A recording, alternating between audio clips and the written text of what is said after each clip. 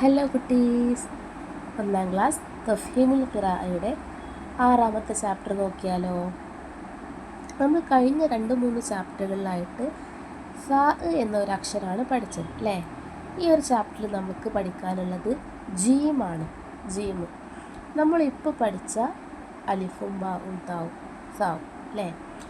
ആ 3-4 അക്ഷരങ്ങൾ നമ്മൾ ഒറ്റക്കായിട്ട് എഴുതുമ്പോഴും കൂട്ടി എഴുതുമ്പോഴും എല്ലാം എന്താണ്, ഒരേ രൂപത്തിൽ തന്നെയാണ് എഴുതുന്നത്. പക്ഷെ ജീമിനെടുത്ത് നോക്കുമ്പോൾ ഒറ്റക്കായിട്ട് എഴുതുമ്പോൾ ഒരു മോഡലിലും മറ്റുള്ള അക്ഷരത്തിനോട് ചേർത്ത് എഴുതുമ്പോൾ വേറൊരു മോഡലിലാണ് നമ്മൾ എഴുതുക. ജ ബ ഇൽ ജബൽ. ജബൽ ജബൽ എന്ന് പറഞ്ഞിട്ടുണ്ടെങ്കിൽ എന്താണ്? മല. മല കണ്ടിട്ടുണ്ടോ? മല കയറിയിട്ടുണ്ടോ നിങ്ങൾ? അപ്പോൾ ജബൽ, ജ ബ എൽ, ജബൽ. ഇതാണ് നമ്മുടെ ജീം. ലാസ്റ്റിലേക്ക് എത്തുമ്പോൾ നമുക്ക് ഒന്നും കൂടെ മനസ്സിലാക്കാം. ജബൽ, ജ ബ ലുൻ, ജബലുൻ, ജബലുൻ, ജു ബ് Nun, ജുബ്നുൻ, ജുബ്നുൻ, ജുബ്നുൻ, G S റുൻ, G S റുൻ, ജിസ്റുൻ, ജിസ്റുൻ, ആ ജ് റുൻ, അജ്റുൻ, അജ്റുൻ. നമുക്ക് നോക്കാം. ഇതാണെന്ത്? ജ. ജ ജീമിന് നമ്മൾ ഫതഹ് കൊടുത്തു. ജ കണ്ടോ? സിമ്പിളായിട്ട് എഴുതിയിട്ടുണ്ടല്ലേ. അത് നേരെ ഒരു വര വരച്ചിട്ട് പിന്നെ നമ്മൾ വലിയൊരു സി, എന്നിട്ട് സെൻറ്ററിൽ എന്ത് ചെയ്തു? ഒരു കുത്തും കൊടുത്താൽ എന്തായി?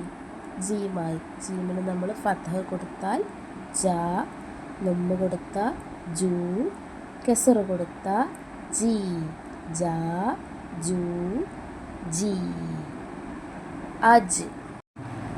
ജ ജു ജി അജ്, അജ്. ഇനി നമ്മൾ മറ്റുള്ള അക്ഷരത്തിനോട് ചേർത്ത് എഴുതുമ്പോൾ എങ്ങനെയാണ്? നമ്മളിപ്പോൾ ജബൽ എന്നൊക്കെ വായിച്ചു അല്ലേ. അതിലെന്തില്ല? ഈ താഴേക്ക് പോകുന്ന ഈ ഒരു ഭാഗം ഇല്ല. ഇതുവരെ ഈ ഒരു ഭാഗം വരെ ഉള്ളൂ അല്ലേ. നമ്മൾ ജീമിനെ സാധാരണ നമ്മൾ എങ്ങനെയാണ് എഴുതുക അക്ഷരങ്ങൾ പഠിക്കുമ്പോഴൊക്കെ അല്ലേ. അപ്പോൾ മറ്റുള്ള അക്ഷരങ്ങളോട് ചേർത്ത് എഴുതുമ്പോൾ നമ്മൾ ജീമിൻ്റെ ഈ താഴേക്ക് വരുന്ന ഈ ഒരു ഭാഗം എന്ത് ചെയ്യൂല? എഴുതൂല. ഇവിടെ നിന്ന് ഇങ്ങനെ ഉള്ള ലൈനിൽ കൂടെ നേരെ ഒരു വര കൊടുക്കും. കണ്ടോ? ഈ ലൈനിൻ്റെ കൂടെ നേരെ ഒരു വര കൊടുക്കും. അങ്ങനെയാണ് നമ്മൾ അക്ഷരത്തിനോട് കൂടെ ചേർത്ത് എഴുതുമ്പോൾ വരുന്ന ജീമ്. അപ്പോൾ ഇത് ജ, അതുപോലെ തന്നെ ഇത് എന്തുതന്നെയാണ്? ജ. ജ ജു ജി, ജ ജു ജി. സജ്. സജ്. സജ്. ജ ജ ജു ജു ജി ജി അജ്, സജ്. ഇവിടെ നമുക്ക് എന്ത് ചെയ്യാം? ജീമിനെ കറക്റ്റായിട്ട് എഴുതി നോക്കാം. ഇവിടെ നമുക്ക് കളറും ചെയ്യാം. അപ്പോൾ നമ്മുടെ ജീമിനെ മനസ്സിലായല്ലോ. ഇനി നമുക്ക് നെക്സ്റ്റ് പേജിൽ നോക്കാം. ഇഖ്റ നമുക്ക് വായിക്കാം. എന്താണ്? ജിബ്തുൻ. ജിബ്തുൻ, ജിബ്തുൻ, ജി തു, ജിഅ്തു, ജിഅ്തു, തജീബു, തജീബു, തജീബു, ഉജിബ്തു, ഉജിബ്തു, ജിബ്തുൻ, ജിഅ്തു, തജീബു, ഉജിബ്തു. പിന്നെയോ നക്തുബു. ബോക്സിൽ നോക്കിയിട്ട് താഴെ എന്ത് ചെയ്യാം? എഴുതി കൊടുക്കാം. അജബ്തു, തജീബു, ആജജ, താജുൻ. ബോക്സിൽ നോക്കിയിട്ട് താഴെ എന്ത് ചെയ്യുക?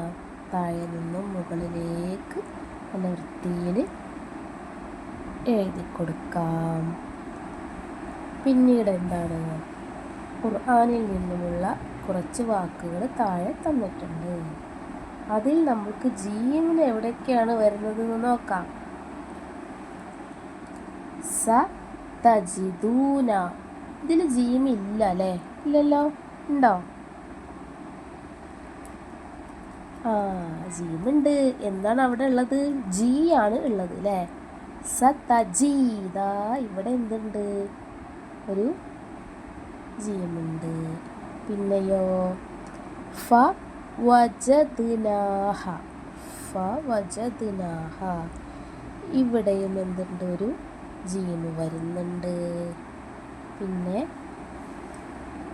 അജ്റുൻ കരീം, ഇവിടെ ഒരു ജീമ് ജ് ഉണ്ട് അല്ലേ?